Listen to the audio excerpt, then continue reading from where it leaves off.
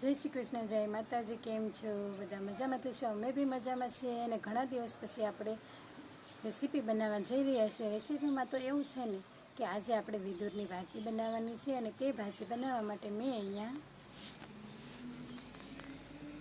जे तांदळियो वाव्यो हतो ने घरे ज तांदळियो वाव्यो छे ते आपणे उतारी लेવાનો छे। तो आपणे આવી રીતના માથા માથા જ લઈ લઈશું।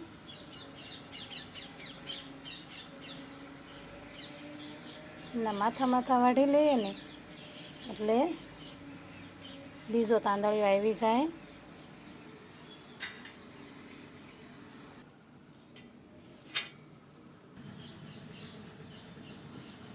તો બધો જ તાંદળિયો મેં ઉતારી લીધો છે। તો આ તાંદળિયાને આપણે પાંદડા પાંદડા તોડી લઈશું। તો ભાજીના તાંદળિયાની ભાજીના પાંદડા જો મેં તોડી લીધા છે અને ધોઈને સાફ કરી લીધી છે। અને આ લસણ આપણે ઘરે વાવ્યું હતું લીલું, તેમાંથી આપણે થોડા પાંદડા તોડી લઈએ।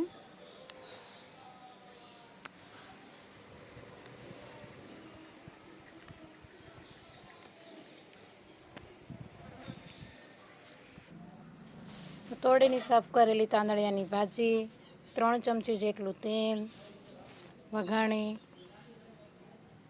લીલા લસણના પાન, લસણની કળીઓ, 2 ચમચી જેટલો ચણાનો લોટ અને જેટલું તમે તીખું ખાતા હોય તેટલું લસણવાળું મરચું, મીઠું, હળદર અને લીલા લસણનું આપણે કટિંગ કરી લઈશું।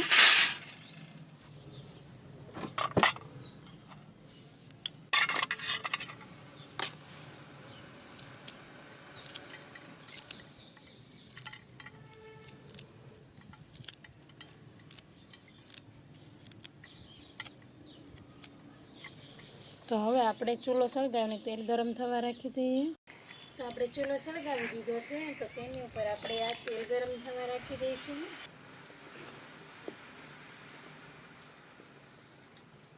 આ તેલને આપણે ગરમ થવા દઈશું। તો તેલ આપણું ગરમ થઈ ગયું છે, તો તેમાં આપણે ચપટી જીરું ઉમેરી દઈશું। જીરું તતડી જાય એટલે આપણે વઘાણી ઉમેરી દઈશું। અને હવે આપણે આ લસણની કળીઓ ઉમેરવાની છે અને તેને સરસ રીતે સાંતળી લઈશું।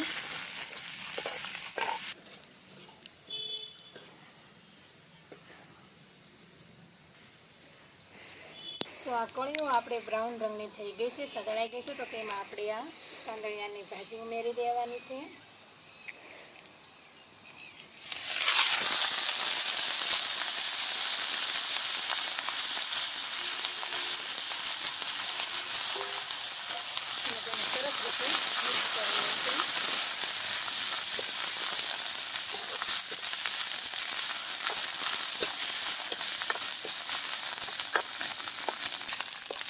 તો ભાજી આપણી સતળાઈ ગઈ છે, તો તેમાં આપણે આ લીલું લસણ ઉમેરી દઈશું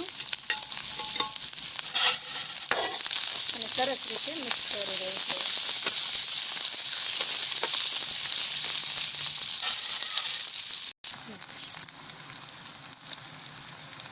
તો તેમાં આપણે સ્વાદ પ્રમાણે મીઠું ઉમેરી દઈશું,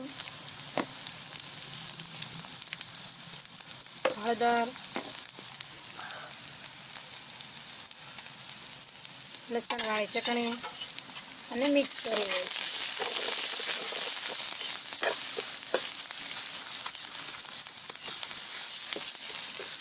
બધું સરસ રીતે મિક્સ થઈ જાય એટલે આપણે તેમાં 2 ચમચી ચણાનો લોટ ઉમેરી દઈશું અને તેને પણ આપણે મિક્સ કરી લઈશું।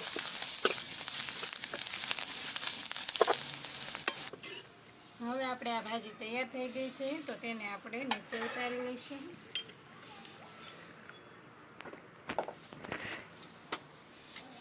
તો આપણે આ ભાજી તૈયાર થઈ ગઈ છે, તો તેમાં આપણે કાપેલા ધાણા નાખી દઈશું। તૈયાર છે આપણે તાંદળિયાની ભાજી।